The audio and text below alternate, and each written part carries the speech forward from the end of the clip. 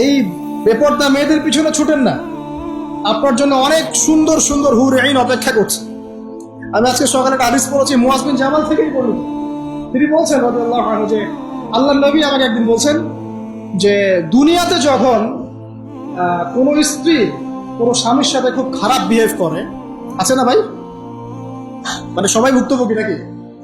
আচ্ছা, এরকম যখন হয় তখন জান্নাতে তার যে হুর আছে, ওই মুসলিম ব্যক্তির জন্য জান্নাতে যে হুর আইন আছে ডাগর ডাগর চোখওয়ালা, ওই হুর আইন অদৃশ্যভাবে বলতে থাকে এই মেয়েকে উদ্দেশ্য করে যে তুমি ওকে কষ্ট দিও না, তুমি ওকে কষ্ট দিও না, কারণ সে তোমার কাছে কয়েকদিনের মেহমান মাত্র, অচিরেই সে আমাদের কাছে চলে আসবে। তো এখন যদি আপনি দুনিয়ার এইসব নগ্ন বেপর্দা অশ্লীলতার ফেরিওয়ালা, ঠিক আছে, দেহ ব্যবসায়ীদের পিছনে ছুটে বেড়ান, তাহলে আপনি জান্নাতে হুর পাচ্ছেন না।